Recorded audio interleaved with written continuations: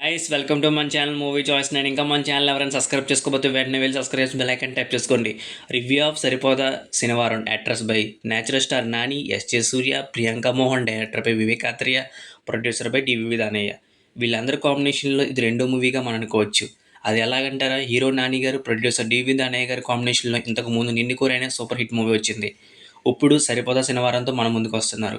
అలాగే డైరెక్టర్ వివేక్ ఆత్రేయ గారు, హీరోగా నాని గారి కాంబినేషన్లో అంటే సుందరానికి ఒక యావరేజ్ మూవీ వచ్చింది. ఇప్పుడు సరిపోదా శనివారంతో రెండో మూవీగా వస్తున్నారు మన ముందుకి. అలాగే heroine Priyanka Mohan, national star Nani గారి కాంబినేషన్లో ఇంతకుముందు నానీస్ గ్యాంగ్ లీడర్ అనే మూవీ వచ్చింది. ఇప్పుడు వీళ్ళిద్దరి కాంబినేషన్లో సరిపోదా శనివారం వస్తుంది. వివేక్ ఆత్రేయ గారిని నమ్మి రెండో అవకాశం ఇచ్చారు నాని గారు. ఇప్పుడు ఎలాంటి మ్యాజిక్ చేస్తాడో మనం ఇన్‌డెప్త్ రివ్యూలో చెప్పుకుందాం. మూవీ చూసిన తర్వాత నా ఎక్స్పీరియన్స్ చెప్పాలంటే, నాని అన్న ఎందుకు ఇలా చేసావు అని అనిపించి. ఎందుకంటే మూవీలో పెర్ఫార్మెన్స్ మామూలుగా లేదు. నాని అన్నలో ఇలాంటి మాస్ యాంగిల్ కూడా ఉంటుందని ఈ మూవీ నిరూపిస్తుంది. నాకైతే సరిపోయింది ఈ శనివారం. మళ్ళీ నాని అన్న ఇటు కొట్టాడని అని చెప్పుకోవాలి. ఇంక స్టోరీ విషయానికి వస్తే, సూర్య హీరో నానికి చిన్నప్పటి నుంచి కోపం ఎక్కువ. ఆ కోపాన్ని అదుపులో పెట్టడం కోసం తను చనిపోతూ ఒక మాట తీసుకుంటుంది నాని తల్లి అయిన ఛాయాదేవి.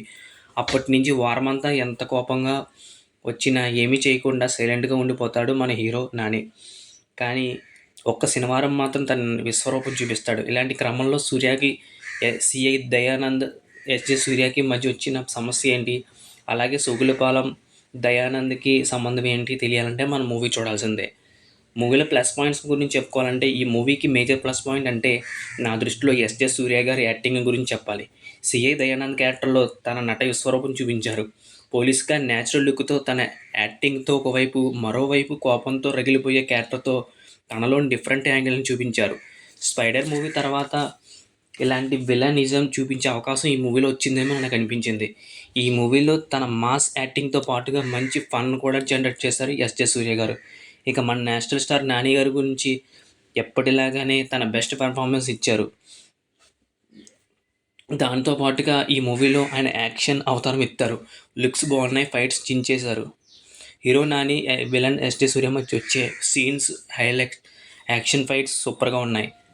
హీరోయిన్ ప్రియాంక మోహన్ తన క్యారెక్టర్కి తగ్గట్లుగా ఉన్నంతలో బాగా చేసింది. తండ్రి పాత్రలో సాయి కుమార్, తల్లి పాత్రలో అభిరావి గారు, హర్షవర్ధన్ గారు తమ క్యారెక్టర్లకి జస్టిఫై చేశారు.